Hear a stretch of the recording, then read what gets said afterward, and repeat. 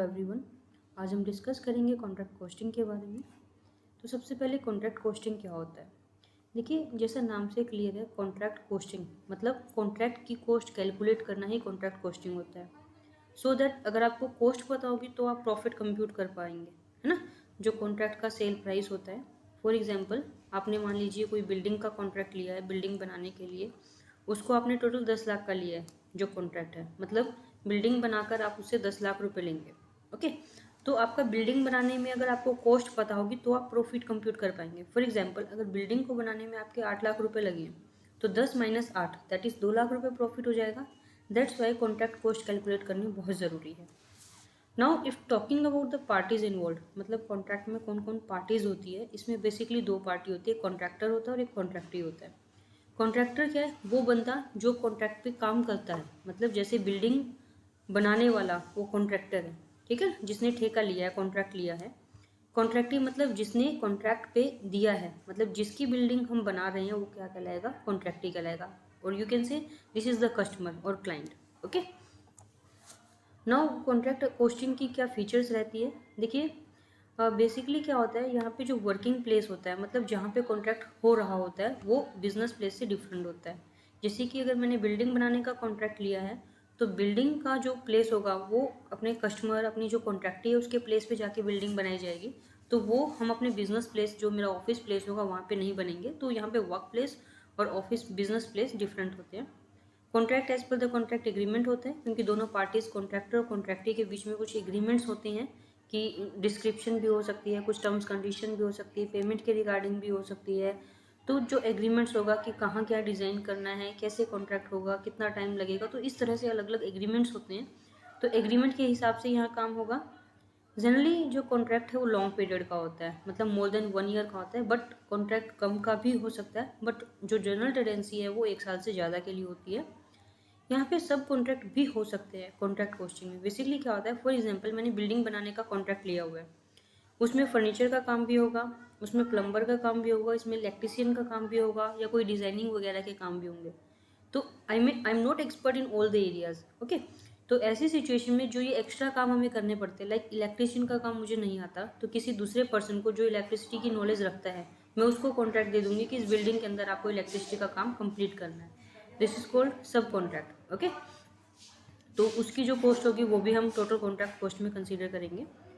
उसके बाद है payment is received as per the work certified. Contract में क्या होगा, एक वर्क सर्टिफाइड होता है, मतलब जितना काम आपका कंप्लीट और सर्टिफाइड हो चुका है कि हाँ ठीक है as per the documentary proof, तो उसके हिसाब से जितना काम सर्टिफाई हुआ होगा आपको पेमेंट मिलेगी। ठीक है, उसके बाद है प्रोविजन ऑफ पेनल्टी। अगर आप कॉन्ट्रैक्ट में डिले करते हैं, फॉर एग्जांपल कि कॉन्ट्रैक्टर से एग्रीमेंट हुआ था कि 1 साल में वो कॉन्ट्रैक्ट कंप्लीट कर देगा, लेकिन उसने 2 साल लगा दिए, कॉन्ट्रैक्ट कंप्लीट नहीं हुआ, तो in that situation as per the agreement जो कॉन्ट्रैक्टी है वो कॉन्ट्रैक्टर्स के अगेंस्ट केस भी कर सकता है और पेनल्टी भी चार्ज की जा सकती है कि उसने कॉन्ट्रैक्ट क्यों डिले किया। उसके बाद हम टाइप्स ऑफ कॉन्ट्रैक्ट की बात करते हैं। बेसिकली 3 तरह के कॉन्ट्रैक्ट हो सकते हैं, fixed price contract, cost plus contract और contract subject to escalation clause. Fixed price contract की अगर मैं बात करूँ, यहाँ पे क्या होता है कि जैसे कि नाम से क्लियर है, कॉन्ट्रैक्ट का प्राइस यहाँ फिक्स होता है। फॉर एग्जांपल कोई बिल्डिंग बनानी है तो मैंने कहा 10 लाख रुपए, 10 लाख विल बी फिक्स, है ना। कि ऐसा नहीं कि कल को मैं कह दूँ कि कॉस्ट बढ़ गई है, इन्फ्लेशन हो गई है, या कोई और आप सामान महंगा आया है, तो ऐसा कोई रीज़न नहीं दिया जा सकता। जो अमाउंट फिक्स हो गई उतने ही रुपए यहाँ कॉन्ट्रैक्ट के मिलेंगे। ठीक है, कॉस्ट प्लस कॉन्ट्रैक्ट, इसमें क्या होता है कि कॉन्ट्रैक्ट का प्राइस फिक्स नहीं होता। यहाँ पे ये कहा जाता है कि जितनी कॉस्ट आएगी कॉन्ट्रैक्ट में, उसमें मैंने एक फिक्स अमाउंट ऑफ प्रॉफिट 10% है, 20% है, जो भी मैंने प्रॉफिट डिसाइडेड होता है वो प्रॉफिट ऐड करके कॉन्ट्रैक्ट प्राइस निकलता है। कॉस्ट प्लस कॉन्ट्रैक्ट में हम कॉन्ट्रैक्ट प्राइस कैसे कैलकुलेट करेंगे, that will be cost plus profit. Okay, उसके बाद है contract subject to escalation clause. Escalation clause में क्या होता है कि कई बार कॉन्ट्रैक्ट में क्लोज दे दिया जाता है एस्केलेशन का, दैट इज बेसिकली जो कॉन्ट्रैक्ट लंबे टाइम पीरियड के लिए होते हैं वहाँ पे ये क्लोज होता है। क्योंकि मान लीजिए आज कोई कॉन्ट्रैक्ट लिया है बिल्डिंग बनाने का, उसको बनाने में मुझे 3 साल लगेंगे या 4 साल लगेंगे, वॉट एवर। 3-4 सालों में चीज़ों के रेट बढ़ सकते हैं, उसमें मैंने मटेरियल लगाना है, उसमें मैंने सीमेंट, बजरी, या मैंने उसके अंदर सरिया लगाना है, तो उन सब चीज़ों के रेट महंगे हो सकते हैं, है ना। तो महंगे होंगे तो फिर कॉन्ट्रैक्टर के लिए बहुत मुश्किल हो जाएगा। तो ऐसे में कॉन्ट्रैक्ट के अंदर एक एस्केलेशन क्लोज डाल दिया जाता है, मतलब कि कॉन्ट्रैक्ट का प्राइस वैसे तो फिक्स है अपना, जैसे कि मान लीजिए 10 लाख का कॉन्ट्रैक्ट, तो 10 लाख इज फिक्स। लेकिन अगर इन्फ्लेशन आती है तो उसका प्राइस थोड़ा सा बढ़ा दिया जा सकता है as per the terms and condition कि कितना बढ़ेगा। सेम एज इट इज़ अगर डिफ्लेशन आती है तो इस सिचुएशन में प्राइस कॉन्ट्रैक्ट का कम भी किया जा सकता है, ठीक है ना। तो 3 तरह के कॉन्ट्रैक्ट हमने पढ़ लिए हैं। उसके बाद अब स्पेसिमेन ऑफ कॉन्ट्रैक्ट अकाउंट की बात करते हैं। मतलब जो कॉन्ट्रैक्ट अकाउंट है उसका परफॉर्मा कैसा होता है। बिल्कुल एक लेजर अकाउंट की तरह हम कॉन्ट्रैक्ट अकाउंट बनाते हैं। द नेम सजेस्ट, 2 साइड्स होती है, एक डेबिट हो जाएगी, एक क्रेडिट साइड हो जाएगी। बेसिकली जैसे प्रॉफिट एंड लॉस अकाउंट होता है कि डेबिट साइड सारे एक्सपेंसेस लिखे जाते हैं, लॉसेस लिखे जाते हैं सेम, और क्रेडिट साइड हम सारी इनकम्स लिखते हैं, गेन्स लिखते हैं। सेम एज इट इज़ यहाँ पे होता है। यहाँ पे बट आपका जो अकाउंट बनाओगे तो फोकस होना चाहिए कॉन्ट्रैक्ट अकाउंट के ऊपर। मतलब किसी भी ट्रांजेक्शन की वजह से कॉन्ट्रैक्ट अकाउंट पे क्या इफेक्ट पड़ता है, क्या उस ट्रांजेक्शन से कॉन्ट्रैक्ट की कॉस्ट बढ़ती है या घटती है, राइट। अगर कॉन्ट्रैक्ट की कॉस्ट इंक्रीज हो रही है किसी भी ट्रांजेक्शन की वजह से तो वो डेबिट साइड आ जाएंगे, कॉस्ट इंक्रीजिंग फैक्टर्स। हाँ, अगर किसी भी फैक्टर की वजह से कॉन्ट्रैक्ट की कॉस्ट कम हो रही है तो वो आपके क्रेडिट साइड आएंगे, मतलब वो इनकम हो गई एक किस्म से। Let's have a overview. हम डेबिट साइड के आइटम डिस्कस करते हैं। इसमें लाइक मटेरियल आ जाएगा। अगर हमने अपने फैक्ट्री से कोई भी अगर मटेरियल कॉन्ट्रैक्ट पे इशू किया है तो कॉन्ट्रैक्ट की कॉस्ट बढ़ रही है तो कोई भी मटेरियल इशू होता है वो यहाँ आ जाएगा। एक कॉन्ट्रैक्ट से दूसरे कॉन्ट्रैक्ट में कोई ट्रांसफ़र कर रहे हैं तो मटेरियल यहाँ पे आ जाएगा। मटेरियल का ओपनिंग स्टॉक है तो वो आ जाएगा, ठीक है। टू वेजेस, अगर हम कोई मजदूरी वगैरह पेमेंट कर रहे हैं कॉन्ट्रैक्ट की तो कॉस्ट ही बढ़ रही है ना, तो वेजेस भी यहाँ आ जाएगी। उसके बाद to plant, same as it is अगर आप अपनी फैक्ट्री से, अपनी कंपनी से, अपने ऑफिस से कोई प्लांट इशू कर रहे हो कॉन्ट्रैक्ट पे तो वो प्लांट आ जाएगा। अगर आपने दूसरे कॉन्ट्रैक्ट से ट्रांसफ़र किया है तो वो यहाँ पे आ जाएगा, या प्लांट का कोई ओपनिंग स्टॉक है तो वो भी यहाँ आ जाएगा। टू सब कॉन्ट्रैक्ट कॉस्ट, अभी मैंने आपसे बात किया था कि कॉन्ट्रैक्ट में क्या होता है, कई बार हम कोई स्पेसिफिक काम किसी दूसरे पर्सन को कॉन्ट्रैक्ट पे दे देते हैं तो that is called the sub contract. Contract के अंदर कोई कॉन्ट्रैक्ट होता है तो उसकी जो कॉस्ट है वो यहाँ पे डेबिट हो जाएगी। क्यों? क्योंकि उसकी जो कॉस्ट होगी वो टोटल कॉन्ट्रैक्ट की कॉस्ट में ही प्लस होती है। उसके बाद है to cost of extra work done. अगर हमने कोई एक्स्ट्रा काम करना पड़ गया, लाइक कि मान लीजिए हमने सिंपल बिल्डिंग बनाने का कॉन्ट्रैक्ट हुआ था, बाद में हमारा जो कॉन्ट्रैक्टी है वो कहता है कि मुझे यहाँ पे जो छत है उसके ऊपर डिज़ाइन चाहिए, है ना। तो इस तरह से वो एक्स्ट्रा काम बोल रहा है। पहले फर्नीचर फिटिंग की बात नहीं हुई थी, बाद में कहते हैं कि फर्नीचर फिटिंग करना है ना। तो एक्स्ट्रा वर्क से जो हमें कॉस्ट आती है वो सब आ जाएगा यहाँ पे बता देंगे। ये हम बाद में देखेंगे, पहले हम क्रेडिट साइड की आइटम क्लियर कर लें फिर मैं आपको बताती हूँ कि ये कैसे होता है। क्रेडिट साइड में आ जाएगा जहाँ से कॉन्ट्रैक्ट की कॉस्ट कम हो रही है। Remember this point. By material, अगर हमारे कॉन्ट्रैक्ट में कोई मटेरियल बच गया, हमने वो स्टोर में वापस कर दिया है या फिर किसी दूसरे कॉन्ट्रैक्ट पे ट्रांसफ़र कर दिया, इससे क्या होगा, हमारे कॉन्ट्रैक्ट में मटेरियल की कॉस्ट कम हो जाएगी तो वो हमारा क्रेडिट साइड आ जाएगा। इसी तरह मटेरियल का कोई क्लोजिंग स्टॉक है, मटेरियल एट साइट है, मतलब वो मटेरियल कॉन्ट्रैक्ट में यूज़ नहीं हुआ तो वो यहाँ आ जाएगा। By plant, same as it is, plant आपने कोई रिटर्न किया है स्टोर में या किसी दूसरे कॉन्ट्रैक्ट को ट्रांसफ़र किया है या फिर प्लांट का कोई क्लोजिंग स्टॉक है तो वो यहाँ आ जाएगा। उसके बाद by statement of profit and loss, कुछ आइटम्स होती है जो by statement of profit and loss में जाएगी, लाइक मटेरियल लॉस्ट हो गया, स्टोलन हो गया, डिस्ट्रॉयड होगा, इनसे प्लांट की कॉस्ट कम होती है तो वो यहाँ आ जाएंगी। इसी तरह मटेरियल के साथ साथ प्लांट भी हो सकता है, लॉस्ट, स्टोलन और डिस्ट्रॉयड वो यहाँ आ जाएगा। या मटेरियल या प्लांट को आपने सेल किया है, सेल करके कोई लॉस हुआ है तो वो यहाँ आ जाएगा। उसके बाद हम देखेंगे कि कॉन्ट्रैक्ट अपना कंप्लीट है या इनकम्प्लीट है ना। अगर कॉन्ट्रैक्ट अपना कंप्लीट है तो by contracting contract account complete हो जाएगा अपना। या फिर अगर कॉन्ट्रैक्ट अपना इनकम्प्लीट है, इनकम्प्लीट होने का मतलब है कि अभी काम पूरा नहीं हुआ है ना, कंप्लीट होने का मतलब है कि काम पूरा हो चुका है। अगर आपका कॉन्ट्रैक्ट इनकम्प्लीट है तो यहाँ पे हम कॉन्ट्रैक्ट ही नहीं लिखते हैं, वर्क इन प्रोग्रेस अकाउंट के थ्रू हम एंट्री करते हैं। उसमें वर्क सर्टिफाई, अनसर्टिफाई 2 चीज़ें आएंगी। ये क्या होते हैं, सर्टिफाइड वर्क इन प्रोग्रेस क्या होता है, ये हम आगे इसी वीडियो में पढ़ेंगे। उसके बाद हमने कॉन्ट्रैक्ट अकाउंट बना लिया है। अब अगर आपका कॉन्ट्रैक्ट अकाउंट क्लियर है, मतलब कंप्लीट है तो क्या होगा, ये वर्क इन प्रोग्रेस ये वाला नहीं आएगा। यहाँ पे हम बैलेंसिंग फिगर निकालेंगे। प्रॉफिट है तो यहाँ पे आ जाएगा statement of profit and loss account करके। अगर लॉस होता है तो क्रेडिट साइड आ जाएगा, ठीक है ना, बैलेंसिंग फिगर। अगर आपकी क्रेडिट साइड ज़्यादा है इसका मतलब इनकम ज़्यादा है, इनकम ज़्यादा है तो यहाँ प्रॉफिट बैलेंसिंग फिगर आ जाएगी। अगर डेबिट साइड ज़्यादा है इसका मतलब डेबिट साइड हमने क्या दिखाया, कॉस्ट ना, तो कॉस्ट ज़्यादा है तो ऐसी सिचुएशन में क्रेडिट साइड आप लॉस को दिखाओगे, ठीक है। उसके बाद अगर आपका कॉन्ट्रैक्ट इनकम्प्लीट है तो आपको ये कॉन्ट्रैक्टी वाली एंट्री नहीं करनी है, तब वर्क इन प्रोग्रेस आएगा। उस टाइम पे जो बैलेंसिंग फिगर होगी, अगर डेबिट साइड ज़्यादा है मतलब लॉस है, तब तो आप statement of profit and loss में ही ट्रांसफर करोगे। अगर क्रेडिट साइड ज़्यादा है तो आप जो बैलेंसिंग फिगर होगी वो बैलेंस कैरी डाउन कर दो, है ना, तब आपको statement of profit and loss नहीं करना, ठीक है। ठीक है। अब उसके बाद अगर आपका इनकम्प्लीट कॉन्ट्रैक्ट है तो बैलेंस कैरी डाउन को नेक्स्ट टाइम आप बैलेंस ब्रो डाउन कर दोगे इसी पार्ट में आगे। बैलेंस ब्रो डाउन में अब इसमें हमें देखना होता है कि कुछ हिस्सा प्रॉफिट एंड लॉस में जाता है, कुछ हिस्सा बैलेंसिंग फिगर में जाता है, सॉरी। अब उसके बाद आप क्या करेंगे, अगर कॉन्ट्रैक्ट इनकम्प्लीट है तो आप जो बैलेंस है ये आगे ब्रो डाउन हो जाएगा। अब जो बैलेंस ब्रो डाउन मतलब this is the notional profit, मतलब एग्जैक्ट प्रॉफिट नहीं है क्योंकि कॉन्ट्रैक्ट अभी कंप्लीट ही नहीं हुआ है, this is the notional profit. तो अब इसमें से कुछ हिस्सा हम प्रॉफिट मान लेते हैं जो statement of profit and loss में जाता है, कुछ हिस्सा हम वर्क इन प्रोग्रेस में, जो बाकी बचा हुआ हिस्सा है वो वर्क इन प्रोग्रेस में चला जाता है। नाउ द क्वेश्चन रेज कि प्रॉफिट एंड लॉस में कैसे अमाउंट ट्रांसफर करोगे, कितना अमाउंट ट्रांसफर करोगे, ये हम नेक्स्ट वीडियो में डिस्कस करेंगे, ठीक है।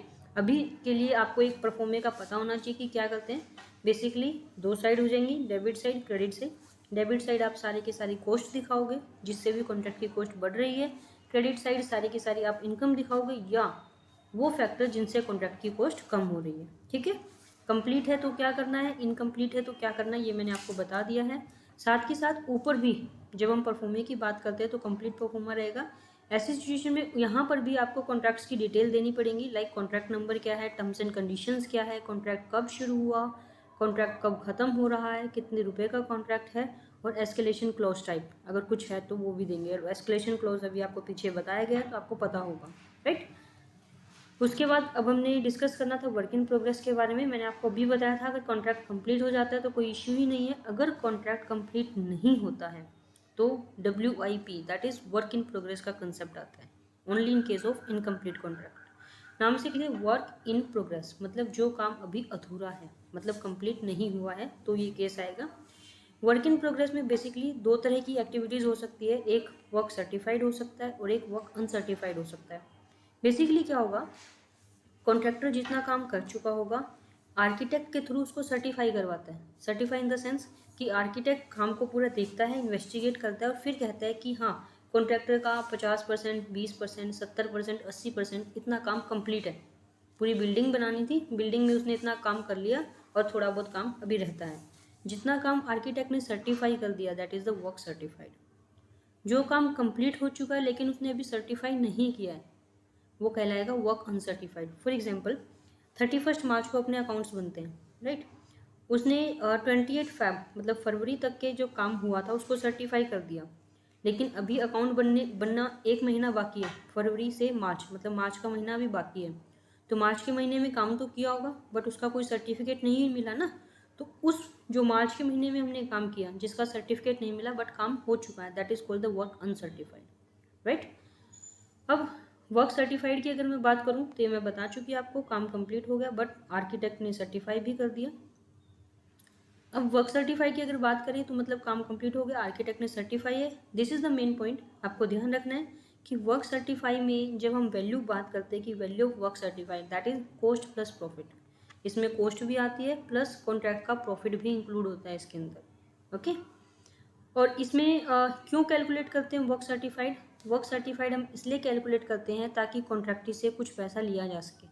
मतलब हम किसी का काम कर रहे हैं, अगर हम उसको ये कहेंगे कि भाई तेरा 50% काम हो चुका है तो तू कुछ पैसा दे दे ताकि मैं आगे का काम भी करूँ, ओके।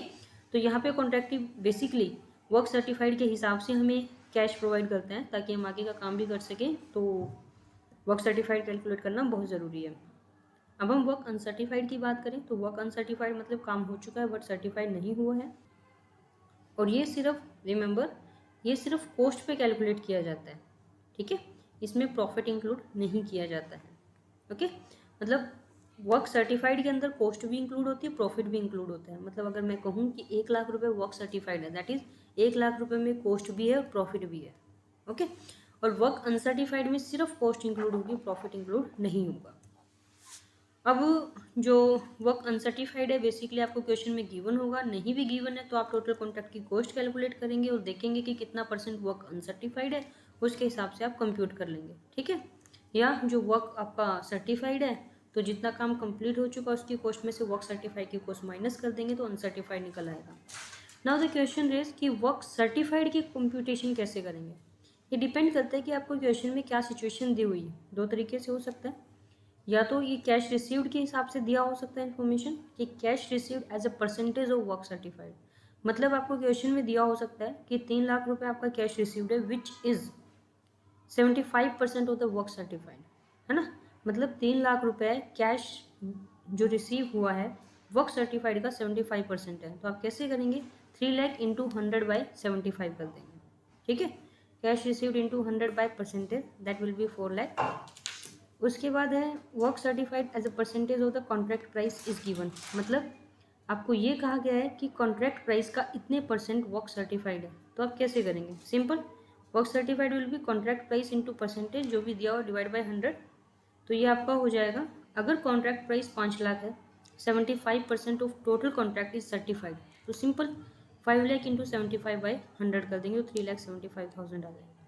ठीक है, तो समझ में आ गया कि वर्क सर्टिफाइड की कंप्यूटेशन हमें कैसे करनी है। No important concepts about the contract accounting. मतलब जब आप कॉन्ट्रैक्ट अकाउंट बनाएंगे तो आपको कुछ पॉइंट्स का पता होना चाहिए, जहाँ पे हम गड़बड़ भी कर देते हैं कई बार। लाइक मटेरियल की अगर हम बात करें, मतलब यहाँ पे आपको एक चीज़ ध्यान रखनी है कि जिससे भी आपके कॉन्ट्रैक्ट की कॉस्ट बढ़ रही है तो डेबिट करना है, कॉन्ट्रैक्ट की कॉस्ट कम हो रही है तो क्रेडिट करना है। लाइक अगर मैं मटेरियल की बात करूँ, मटेरियल आप परचेज कर रहे हो, कॉन्ट्रैक्ट पे आ रहा है, कॉस्ट बढ़ेगी, डेबिट करोगे। इशू है तो कॉन्ट्रैक्ट की कॉस्ट बढ़ेगी। अगर आप अपने कॉन्ट्रैक्ट से दूसरे कॉन्ट्रैक्ट पे इशू कर रहे हो तो कॉन्ट्रैक्ट की कॉस्ट कम होएगी, तो उसको क्या करोगे, आप क्रेडिट करोगे। ठीक है, same as it is material return वगैरह। यहाँ पे एक चीज़ और ध्यान रखने वाली है, कई बार क्या होता है मेटेरियल कंज्यूम्ड दिया होता है क्वेश्चन में, है ना। तो कंज्यूम मतलब कॉन्ट्रैक्ट में मटेरियल इतना यूज़ हो चुका है, तो ऐसे में आपको ओपनिंग स्टॉक, क्लोजिंग स्टॉक जो मटेरियल का होता है, परचेजेज होती है, ट्रांसफ़र होता है, इशू होता है, उसकी एंट्री करने की ज़रूरत नहीं होती है। क्यों, क्योंकि मटेरियल कंज्यूम टोटल कैलकुलेट करके आपको दे रखा है। Same as it is plant and machinery के ऊपर भी थोड़ा सा डाउट रहता है कई बार। तो प्लांट एंड मशीनरी में भी ये रहेगा, अगर आप परचेज कर रहे हो, इशू कर रहे हो, रिटर्न कर रहे हो तो क्या करना है। यहाँ पे एक डेप्रिसिएशन का मेन इंपॉर्टेंट रोल ध्यान रखना। हम क्या करते हैं, प्लांट का ओपनिंग स्टॉक दिखाते हैं या प्लांट इशू दिखाते हैं, और क्रेडिट साइड हम प्लांट का क्लोजिंग स्टॉक दिखाते हैं, प्लांट सेल दिखाते हैं। इन दोनों का डिफरेंस आपस में डेप्रिसिएशन ही होता है। तो अगर आप डेप्रिसिएशन दिखा रहे हो तो प्लांट का opening stock, closing stock, sale कर रहे हैं, परचेज कर रहे हो, वो सब नहीं दिखाते हैं। ओके, तो और अगर आप प्लांट का ओपनिंग, क्लोजिंग स्टॉक वगैरह सब दिखा रहे हो तो आपको डेप्रिसिएशन नहीं दिखाना है। ठीक है, वर्क सर्टिफाइड, अनसर्टिफाइड, ये चीज़ें हम डिस्कस कर चुके हैं कि इनके मीनिंग क्या होते हैं। कॉन्ट्रैक्ट अकाउंट में क्रेडिट साइड दिखाए जाएंगे as an work in progress. Contract price आपको पता ही है कि कॉन्ट्रैक्ट को कंप्लीट करके टोटल जितना अमाउंट हमें रिसीव होना है that will be the contract price. Like अगर मैंने बिल्डिंग बनाने का कॉन्ट्रैक्ट लिया है, बिल्डिंग बनाने के बाद मैंने कॉन्ट्रैक्टरी से 10 लाख रुपए लेने हैं, तो 10 lakh will be my contract price. Okay, profit next एक इंपॉर्टेंट कंसेप्ट रहता है, profit in case of incomplete contract. मतलब कॉन्ट्रैक्ट अकाउंट में प्रॉफिट की कंप्यूटेशन कैसे करेंगे जब कॉन्ट्रैक्ट इनकम्प्लीट है, और ये सब क्या होता है क्या नहीं, ये हम नेक्स्ट वीडियो के अंदर स्टडी करेंगे। ओके, तो होप सो आप लोगों को क्लियर हुआ है। Thank you.